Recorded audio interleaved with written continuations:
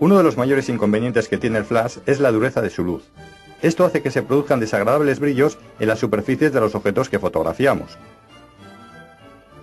En los rostros de las personas que retratamos, por ejemplo, estos reflejos son muy evidentes, sobre todo en las partes de la cara menos carnosas como los pómulos, la frente o el tabique nasal, y le confieren un aspecto muy poco natural a nuestras fotografías. Los fabricantes lo saben, y la mayoría de ellos dotan a los flashes de un pequeño difusor para tratar de suavizar esta luz. Sin embargo, esto no es suficiente. Los fotógrafos hemos aprendido a solucionar este problema en el estudio con pantallas que difuminan la luz, pero fuera de él no resultan muy prácticas. Con la técnica del flash rebotado podremos evitar este problema en más de una ocasión. Lo primero de todo pondremos nuestro flash en manual, que es el tipo de flash más recomendado para hacer esta técnica. Una vez encendido el generador y con los ajustes para este tipo de flash ya realizados, dirigiremos la antorcha no hacia el sujeto como se hace normalmente, sino hacia el techo. Pues lo que vamos a tratar de hacer es que el primer destello del flash, el más agresivo, vaya al mencionado techo para que así la luz, una vez rebotada, llegue mucho más suavizada. A la hora de ajustar el diafragma habrá que tener un especial cuidado. Lo buscaremos teniendo en cuenta la distancia que recorre la luz, que ahora en vez de ir directa al objeto, sube al techo para luego bajar, recorriendo de esta forma más metros. En nuestro caso, aunque nos hallamos a unos 2 metros del sujeto, la luz recorrerá aproximadamente 3,5 metros, o su equivalente en pies. El diafragma que ajustaremos entonces será en relación a esa distancia y no a la otra. Los flashes modernos, cuando levantamos el reflector, eliminan automáticamente la información en metros o pies, por lo que el diafragma lo buscaremos antes de hacer esta operación. Para hacer flash rebotado, lo mejor es emplear un fotómetro de mano que mida la luz de flash, es decir, un flashímetro. Con él obtendremos los valores exactos de exposición sin necesidad de aventurarnos en cálculos. Si no disponemos de uno, no hay que desanimarse, con un poco de práctica se consiguen también muy buenos resultados. Además, si tenemos cámara digital, una vez realizada la fotografía, podremos comprobar qué tal nos ha quedado y si no es de nuestro agrado, variar el diafragma en una nueva toma.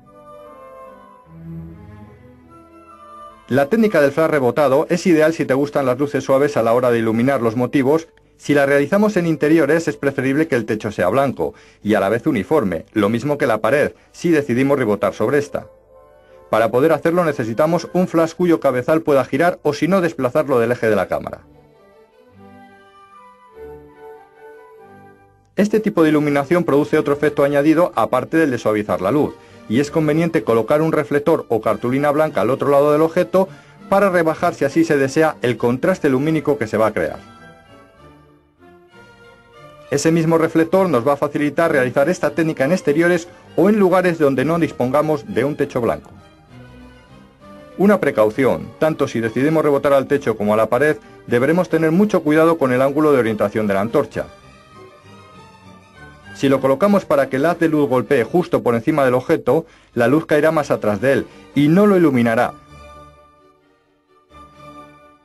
Deberemos tener en cuenta el ángulo de toma de la luz al rebotar y orientar la antorcha teniendo en cuenta este factor.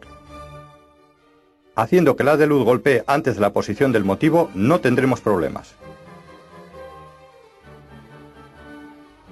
Como os hemos dicho anteriormente, esta técnica también evitará esas molestas sombras que proyecta el flash.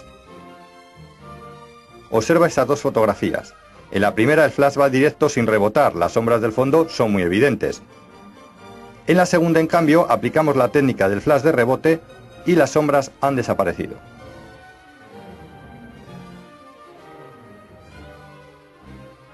Estamos sin duda ante una de las técnicas más interesantes del flash, que de nuevo nos van a ayudar a entender lo importante que es saber manejar este aparato en fotografía. El flash de relleno se utiliza principalmente en dos tipos de situaciones muy concretas. Cuando tenemos un objeto o persona a contraluz, es decir, de espaldas a la fuente de luz, o cuando el sujeto, al no estar de espaldas, está recibiendo luz, la cual puede ser muy tenue y se desea rellenar, o muy dura y las sombras que produce se desean suavizar. Vamos con el primer caso.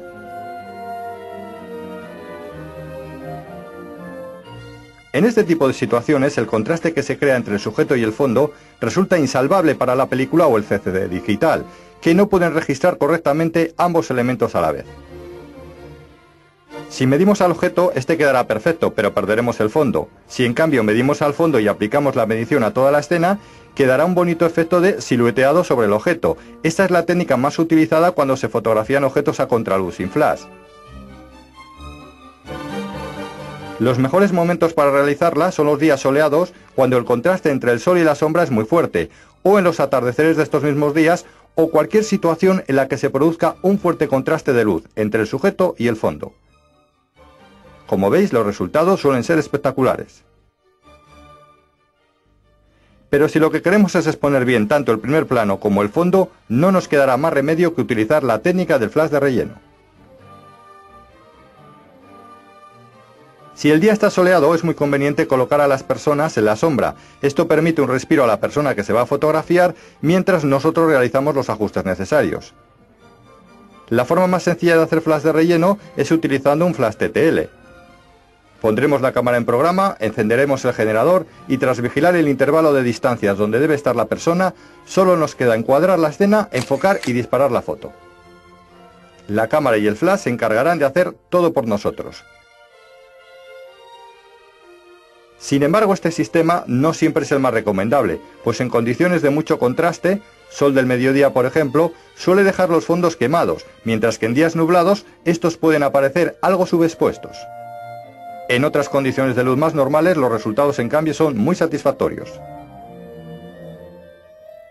No obstante, un filtro gris graduado nos ayudará a evitar sobreexponer los fondos con este tipo de flash. Sin embargo, si tenemos un poco de práctica, lo mejor es hacer esta técnica con flash manual o con flash manual con automatismos. Atención, aquí sí que tendremos en cuenta el fotómetro de nuestra cámara, pues además de lo que ilumina el flash, nos interesará también lo que ilumine la luz ambiente, es decir, nuestro fondo. Lo primero de todo, compondremos nuestra fotografía, buscando el fondo que más nos interese. Una vez hecho esto, pondremos nuestra cámara en manual y colocaremos la velocidad de sincronización. Desestimando a la persona, mediremos exclusivamente la luz del fondo elegido, ajustando la exposición por el diafragma, no por la velocidad. De esta forma tendremos los valores adecuados para que nuestro fondo quede perfecto de luz. Una vez hecho esto, encenderemos nuestro flash.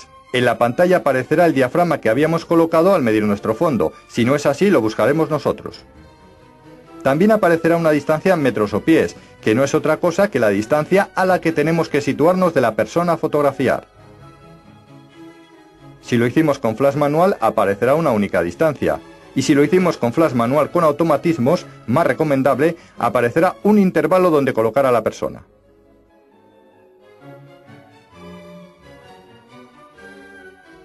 Ahí lo tienes, observa la persona y el fondo. Ambos están bien de luz. Si te quieres aproximar más a la persona, cierra un punto el diafragma y la distancia se reducirá. Pero ojo, no olvides abrir otro punto por la velocidad, pues si no el fondo de la foto te quedará oscuro.